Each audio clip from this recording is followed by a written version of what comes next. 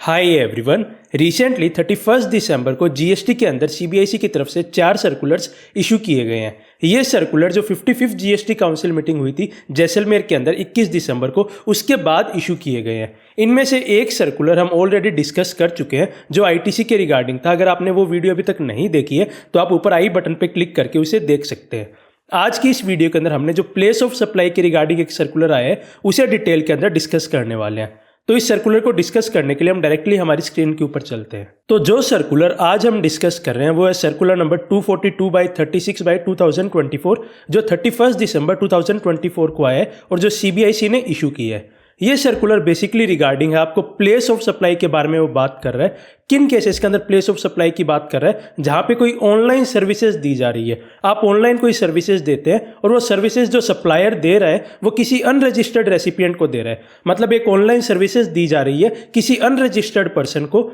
उसके regarding place of supply के regarding ये सर्कुलर बात करता है। तो इस सर्कुलर को डिस्कस करने से पहले हम ये देखते हैं कि एक्चुअली इशू क्या आ रहा है। तो इसके लिए आपको जो आईजीएसटी एक्ट का सेक्शन 12 का सबसेक्शन 2 है जो आपकी प्लेस ऑफ सप्लाई के रिगार्डिंग बात करता है उसे हम देखते हैं। तो ये जो सबसेक्शन 2 है उसका क्लोज बी है वो क्या बात करता है कि अगर आप किसी अदर देन रजिस्टर्ड पर्सन को सर्विसेज दे रहे हो, मतलब आप अनरजिस्टर्ड पर्सन को अगर सर्विसेज दे रहे हो तो उसकी प्लेस ऑफ सप्लाई किस तरह से निकलेगी। तो इसके लिए बोलते हैं कि 2 पॉइंट्स यहाँ पे बन रहे हैं। अगर आप फर्स्ट के अंदर फॉल करते हो तो फर्स्ट के अकॉर्डिंग, अदरवाइज सेकंड के अकॉर्डिंग आपकी प्लेस ऑफ सप्लाई निकलेगी। तो आपको क्या चीज देखनी है? इसके लिए आपको ये देखना है कि जो अनरजिस्टर्ड पर्सन है उसका एड्रेस ऑन रिकॉर्ड आपके पास है क्या, मतलब क्या एक तरह से उसका जो एड्रेस है वो आपके पास अवेलेबल है या नहीं है। तो अगर उसका एड्रेस आपके पास अवेलेबल है तो ये जो फर्स्ट पॉइंट है वो अप्लाई करेगा और इसके अंदर जो रेसिपिएंट का एड्रेस है उसके अंदर जो उसकी लोकेशन है, मतलब जो रेसिपिएंट की लोकेशन होगी वो उसके अंदर प्लेस ऑफ सप्लाई बन जाएगी। और अगर आपको एड्रेस ऑन रिकॉर्ड अवेलेबल नहीं है तो जो सप्लायर की लोकेशन है, क्योंकि आपके पास रेसिपिएंट की तो लोकेशन है नहीं, तो आप एक सप्लायर जो हो, आपकी जो जगह है, आपकी जो लोकेशन है, लोकेशन ऑफ सप्लायर है, वही आपकी प्लेस ऑफ सप्लाई बन जाएगी। तो अब यहाँ पे इशू क्या आ रहा है कि बहुत सारे केसेस के अंदर जो सप्लायर है जब वो किसी ऑनलाइन सर्विसेज सप्लाई करते हैं किसी अनरजिस्टर्ड पर्सन को, तो उस केस के अंदर उनके पास जो रिकॉर्ड के अंदर एड्रेस अवेलेबल नहीं होता, जो अनरजिस्टर्ड रेसिपिएंट है उसका एड्रेस उनके पास अवेलेबल नहीं होता, तो वो जो लोकेशन ऑफ सप्लायर है उसे ही वो उसकी प्लेस ऑफ सप्लाई मानते हुए C+S चार्ज कर देते हैं। लेकिन जो डिपार्टमेंट के बहुत सारे ऑफिसर्स हैं वो ये चीज़ कंटेंट करते हैं कि जो आपका रेसिपिएंट का एड्रेस है वो आपके पास होना जरूरी है बहुत सारे केसेस के अंदर। तो मान लीजिए जब रेसिपिएंट किसी दूसरी स्टेट का है तो ऐसे केस के अंदर वो इंटरस्टेट सप्लाई बन जाती है और आपको आईजीएसटी चार्ज करने की जरूरत है। तो जो अल्टीमेटली इशू बन रहा है वो ये बन रहा है कि जब सप्लायर ऑनलाइन सर्विसेज दे रहे हैं किसी अनरजिस्टर्ड पर्सन को, तो सप्लायर्स जनरली जो लोकेशन ऑफ सप्लायर है, जो ये पॉइंट 2 है, इसी को अपनी प्लेस ऑफ सप्लाई मान लेते हैं। लेकिन बहुत सारे ऑफिसर्स ये आर्ग्यू कर रहे हैं कि आपके पास एड्रेस होना चाहिए, उस एड्रेस के बेसिस पे आप जो लोकेशन ऑफ रेसिपिएंट है उसे प्लेस ऑफ सप्लाई मानिए। तो इसकी वजह से प्लेस ऑफ सप्लाई की वजह से क्या इशू आ रहा है? तो मान लीजिए अगर कोई रेसिपिएंट दूसरी स्टेट में है तो जहां आपको आईजीएसटी चार्ज करना था डिपार्टमेंट के अकॉर्डिंग, वहां आप C और S चार्ज कर रहे हैं। या फिर इसकी वजह से एक और इंपैक्ट ये पड़ता है कि प्लेस ऑफ सप्लाई जब किसी दूसरी स्टेट में होता है, जो रेवेन्यू का डिस्ट्रीब्यूशन होता है उन दोनों स्टेट्स के बीच में, वो भी इंपैक्ट होता है इससे कि अल्टीमेटली पैसा कौन सी स्टेट के पास जाएगा। तो ये एक बहुत बड़ा इशू बन रहा था। जो place of supply tax payers तो अपना विद इन खुद की स्टेट ही वो निकाल रहे थे कि हम यहाँ पे जो लोकेशन ऑफ सप्लायर है उसे ही प्लेस ऑफ सप्लाई मान लेंगे। लेकिन जो डिपार्टमेंट बहुत बार कंटेंट कर रहा था कि आप लोकेशन ऑफ रेसिपिएंट को प्लेस ऑफ सप्लाई मानते हुए उसके अकॉर्डिंग आप जो भी आपकी रिटर्न फाइलिंग है, जो भी आपको C और S चार्ज करना है वो आप चार्ज कीजिए। तो जब आपको इशू क्या बन रहा है वो चीज़ समझ आ गई है तो आपको एक सवाल और आना चाहिए कि डिपार्टमेंट ये कंटेंट क्यों कर रहा है, डिपार्टमेंट के ऑफिसर से क्यों बोल रहे हैं कि आपके पास एड्रेस ऑन रिकॉर्ड अवेलेबल होना चाहिए, जो अनरजिस्टर्ड रेसिपिएंट है उसका भी एड्रेस आपके पास अवेलेबल होना चाहिए। तो इसके लिए आपको जो इनवॉइस के रूल्स है, इनवॉइस का जो सेक्शन है, जो टैक्स इनवॉइस के अंदर जो रिक्वायर्ड इन्फॉर्मेशन होनी जरूरी है उसके रिगार्डिंग भी आपको क्लैरिटी होनी चाहिए कि टैक्स इनवॉइस के अंदर क्या क्या इन्फॉर्मेशन होनी जरूरी है और किस किस केसेस के अंदर आपको जो आपका रेसिपिएंट है उसका भी आपके पास एड्रेस होना जरूरी है, उस चीज के रिगार्डिंग आपको क्लैरिटी होनी चाहिए। तो जब आपको वो क्लैरिटी होगी तो आपको ये चीज समझ आएगी कि आपका डिपार्टमेंट के ऑफिसर्स ये क्यों बोल रहे हैं कि आपके पास जो एड्रेस ऑन रिकॉर्ड है, जो आपका अनरजिस्टर्ड रेसिपिएंट है उसका भी आपके पास एड्रेस अवेलेबल होना चाहिए। तो वो चीज हम वीडियो के अंदर आगे डिस्कस करेंगे, लेकिन उससे पहले हम इस सर्कुलर को पूरा पढ़ना शुरू करते हैं और इसके बाद समझते हैं धीरे धीरे कि क्या इशू है और अल्टीमेटली गवर्नमेंट ने क्या क्लैरिफाई किया है, आपको आगे जाते हुए क्या चीज ध्यान रखनी है ताकि आपको इस इशू का सामना ना करना पड़े और इसका आपका प्रॉपर्ली आप कंप्लाई विद कर पाओ। तो यहाँ पे इस सर्कुलर के अंदर ये बताते हैं कि हमारे पास रेफरेंसेज आ रही है, सीबीआईसी के पास रिक्वेस्ट आ रही है, जो फील्ड फॉर्मेशन है मतलब जो डिपार्टमेंट के ऑफिसर्स है उनकी तरफ से रिक्वेस्ट आ रही है कि जो टैक्स पेयर्स है वो कंप्लाई विद नहीं कर रहे, जो प्रोविजंस है जिन प्रोविजंस के अकॉर्डिंग आपको जो प्लेस ऑफ सप्लाई आपके इनवॉइस के ऊपर दिखानी है, जो correct place of supply invoice के ऊपर दिखानी है, उसके अकॉर्डिंग वो कंप्लाई विद नहीं कर रहे टैक्स पे, मतलब कौन सी होगी, लोकेशन ऑफ सप्लायर होगी, लोकेशन ऑफ रेसिपिएंट होगी, तो उसके रिगार्डिंग जो टैक्स ऑफिसर्स है वो डिपार्टमेंट के पास गए, वो सीबीआईसी के पास गए कि ये चीज हो रही है, तो आप इसके रिगार्डिंग एक सर्कुलर इशू कीजिए। और ये किस केसेस के अंदर हो रहा है, जहां पे ऑनलाइन सर्विस प्रोवाइड की जा रही है, या तो वो खुद से प्रोवाइड कर रहे हैं या वो किसी ई कॉमर्स ऑपरेटर को यूज करते हुए प्रोवाइड कर रहे हैं, या तो मतलब वो डायरेक्टली सर्विसेज दे रहे हैं किसी अनरजिस्टर्ड रेसिपिएंट को, या फिर वो किसी ई कॉमर्स ऑपरेटर के थ्रू वो सर्विसेज दे रहे हैं ऑनलाइन। तो ये जो अनरजिस्टर्ड रेसिपिएंट को दे रहे हैं तो उसकी वजह से वो रॉन्ग इंटरप्रेट कर रहे हैं, जो सेक्शन 12(2)(b) है, जो हमने अभी प्लेस ऑफ सप्लाई का सेक्शन देखा, उसे वो गलत तरह से इंटरप्रेट करते हुए, गलत प्लेस ऑफ सप्लाई दिखाते हुए, और अल्टीमेटली उसकी वजह से गलत रेवेन्यू फ्लो हो रहा है। उसकी वजह से डिपार्टमेंटल ऑफिसर्स ये रिक्वेस्ट लेके गए सीबीआईसी के पास कि आप एक क्लैरिफिकेशन इसके रिगार्डिंग इशू कीजिए। इसके बाद जो ऑफिसर्स का आर्गुमेंट था वो ये था कि आपको जो सेक्शन 12(2)(b) है प्लेस ऑफ सप्लाई वाला, जो हमने अभी देखा, वो आपको रूल 46 के साथ देखना होगा,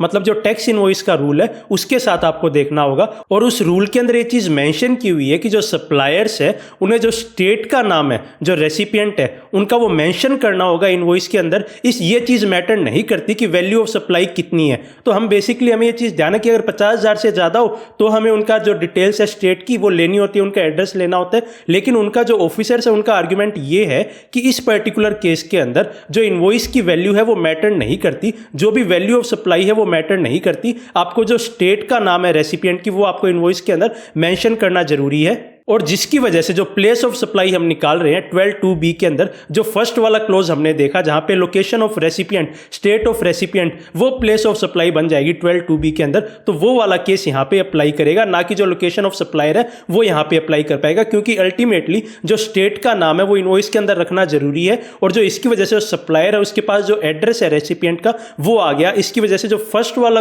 क्लोज है वो यहां पे अप्लाई करेगा। और जो स्टेट ऑफ रेसिपिएंट है वो प्लेस ऑफ सप्लाई अल्टीमेटली बननी चाहिए इस पर्टिकुलर केस के अंदर। ये अल्टीमेटली जो आर्गुमेंट है वो है टैक्स ऑफिसर्स का। इसके बाद ऑफिसर्स बताते हैं कि जो बहुत सारे सप्लायर्स है वो क्या कर रहे हैं, वो स्टेट का नेम रिकॉर्ड नहीं कर रहे अपने टैक्स इनवॉइसेस के अंदर। जो अनरजिस्टर्ड रेसिपिएंट को वो ऑनलाइन सप्लाई कर रहे हैं तो उसके अंदर वो इनवॉइस के अंदर जो स्टेट का नेम है रेसिपिएंट का वो रिकॉर्ड नहीं कर रहे, और इसकी वजह से वो जो अपनी प्लेस ऑफ सप्लाई डिक्लेयर कर रहे हैं वो वही हो जा रही है जो क्लोज 2 के अंदर आ रही है, मतलब जो लोकेशन ऑफ सप्लायर है वो यहाँ पे प्लेस ऑफ सप्लाई बन जा रही है। तो अल्टीमेटली इशू यही है कि लोकेशन ऑफ सप्लायर होगी प्लेस ऑफ सप्लाई या लोकेशन ऑफ रेसिपिएंट होगी प्लेस ऑफ सप्लाई। और ये किस बेस पे डिसाइड होगा कि क्या आपको इनवॉइस के अंदर स्टेट का नाम लिखना जरूरी है या नहीं है। जो रूल 46 है वो क्या बोलता है, अगर रूल 46 के अंदर ये बात बोल दी गई कि आपको स्टेट का नाम, लोकेशन ऑफ रेसिपिएंट है वो आपको लिखना जरूरी है, तो आपका जो प्लेस ऑफ सप्लाई बनेगा वो लोकेशन ऑफ रेसिपिएंट बन जाएगा जो क्लोज 1 है उसकी वजह से। अगर आपको स्टेट का नाम लिखना जरूरी नहीं है तो जो लोकेशन ऑफ सप्लायर है वही प्लेस ऑफ सप्लाई बन जाएगा। तो ये अल्टीमेटली पूरा इशू है और इसका रेजोल्यूशन हमें रूल 46 के थ्रू मिलेगा, जो टैक्स इनवॉइस का रूल है उसके थ्रू हमें इसका आंसर मिलेगा। और ये आगे बताते हैं कि इसकी वजह से अल्टीमेटली इंपैक्ट ये हो रहा है कि जो रेवेन्यू है वो गलत स्टेट को चला जा रहा है। मान लीजिए कि मैं यहाँ से राजस्थान में बैठ के किसी ऑनलाइन सर्विसेज दे रहा हूँ किसी मुंबई के पर्सन को। अब मान लीजिए अगर प्लेस ऑफ सप्लाई राजस्थान ही दिखा देता हूँ, लोकेशन ऑफ सप्लायर ही दिखा देता हूँ, तो रेवेन्यू मिलेगा राजस्थान को। अगर मैं प्लेस ऑफ सप्लाई महाराष्ट्र दिखाता हूँ तो ऐसे केस के अंदर जो रेवेन्यू फ्लो होगा वो महाराष्ट्र को होगा। तो इसकी वजह से जो रॉन्ग स्टेट को रेवेन्यू जा रहा है, तो ये अल्टीमेटली सारा का सारा आर्ग्यूमेंट है। तो जब हमें हमारे अब तक के डिस्कशन से ये चीज समझ आ गई है कि सारा का सारा कंक्लूजन इस डिस्प्यूट का जो रूल 46 है उससे निकलेगा कि क्या हमें जो रेसिपिएंट की स्टेट है वो लिखनी जरूरी है या नहीं है हमारे टैक्स इनवॉइस में, तो हमें रूल 46 को एक बार समझना जरूरी हो जाता है कि रूल 46 अल्टीमेटली क्या बोल रहा है। तो रूल 46 के अंदर ये चीज मेंशन की हुई है कि हमें टैक्स इनवॉइस के अंदर क्या क्या चीजें डालनी है। तो जो रूल 46 का F क्लोज है वो क्या लिखता है कि आपको क्या क्या लिखना है, नेम लिखना है, एड्रेस लिखना है, और अदर डिलीवरी का जो एड्रेस है वो आपको लिखना है, अलोंग विद जो स्टेट का नाम है वो लिखना है। लेकिन अगर कोई पर्सन अनरजिस्टर्ड है और उसकी सप्लाई की वैल्यू अगर 50,000 रुपए से कम है तो आपको तभी लिखना जरूरी है जब आपका जो रेसिपिएंट है वो रिक्वेस्ट कर रहा है। तो मान लीजिए आप सप्लाई कर रहे हैं किसी पर्सन को और जिसको आप सप्लाई कर रहे हैं वो एक अनरजिस्टर्ड पर्सन है। अब वो अनरजिस्टर्ड पर्सन जो आप सप्लाई की वैल्यू है वो अगर वो 50,000 रुपए से कम है, तो अगर वो अनरजिस्टर्ड रेसिपिएंट आपको बोल रहा है कि मेरा एड्रेस लिखिए इनवॉइस के अंदर, तभी आपको वो एड्रेस लिखना जरूरी है। अदरवाइज अगर वो आपकी वैल्यू 50,000 से कम है और वो आपको अगर ऐसा कुछ भी नहीं बोल रहा, तो आपको उसके अंदर एड्रेस लिखने की जरूरत नहीं है। अगर वैल्यू 50,000 से ज्यादा है तो चाहे आपका वो अनरजिस्टर्ड रेसिपिएंट बोले चाहे ना बोले, आपको उसका एड्रेस, उसकी स्टेट का नाम वहां पे लिखना जरूरी है। लेकिन आपको आगे जो प्रोवाइजो है इसको भी ध्यान में रखना है। तो ये प्रोवाइजो में कुछ केसेस बता रहे हैं कि अगर आप इनमें से किसी केस के अंदर फॉल कर जाते हैं तो चाहे वैल्यू 50,000 हो ना हो वो मैटर नहीं करती, आपका चाहे अनरजिस्टर्ड रेसिपिएंट है तो भी आपको वहां पे स्टेट की डिटेल डालनी होगी। तो अगर ये केसेस जो हमने ऊपर देखा, आप ऑनलाइन सर्विसेज दे रहे हो किसी अनरजिस्टर्ड पर्सन को, तो अगर वो इस प्रोवाइजो के अंदर फॉल कर जाता है तो हमें जो स्टेट का नाम है वो लिखना जरूरी हो जाएगा। और अल्टीमेटली जो डिपार्टमेंट का स्टैंड है, जो टैक्स ऑफिसर का स्टैंड है कि जो क्लोज 1 है वो अप्लाई कीजिए, जो लोकेशन ऑफ रेसिपिएंट है वो प्लेस ऑफ सप्लाई मानिए, वो यहां पे अप्लाई कर जाएगा। तो हम ये प्रोवाइजो देखते हैं। तो प्रोवाइजो में लिखता है कि कौन से केसेस, उन केसेस के अंदर जहां पे कोई ऑनलाइन मनी गेमिंग का कोई केस है, या फिर आप कोई सप्लाई बाय और थ्रू एक ई कॉमर्स ऑपरेटर कर रहे हो, मतलब एक या तो ई कॉमर्स ऑपरेटर कोई सप्लाई कर रहा है या ई कॉमर्स ऑपरेटर के थ्रू कोई सप्लाई हो रही है, मतलब या तो ई कॉमर्स ऑपरेटर सप्लाई कर रहा है या ई कॉमर्स ऑपरेटर के द्वारा कोई और पर्सन सप्लाई कर रहा है, या फिर कोई सप्लाई हो रही है OIDAR सर्विसेज की, online information and database access retrieval services की। और ऐसे केस के अंदर चाहे जो रेसिपिएंट है वो अनरजिस्टर्ड ही क्यों ना हो, हमने जो देखा 50,000 वाली चीज यहां पे अप्लाई नहीं करेगी, चाहे रेसिपिएंट अनरजिस्टर्ड हो वो भी कोई मैटर नहीं करता, इररिस्पेक्टिव ऑफ द वैल्यू, मतलब वैल्यू कुछ भी हो, 50,000 से कम हो ज्यादा हो, ऐसी सप्लाई के केस के अंदर जो टैक्स इनवॉइस है जो आप रजिस्टर्ड पर्सन इशू करेंगे, मतलब आप as a seller, as a supplier जो आप टैक्स इनवॉइस इशू करेंगे, आपको उसके अंदर मैंडेटरीली स्टेट का नाम लिखना जरूरी है।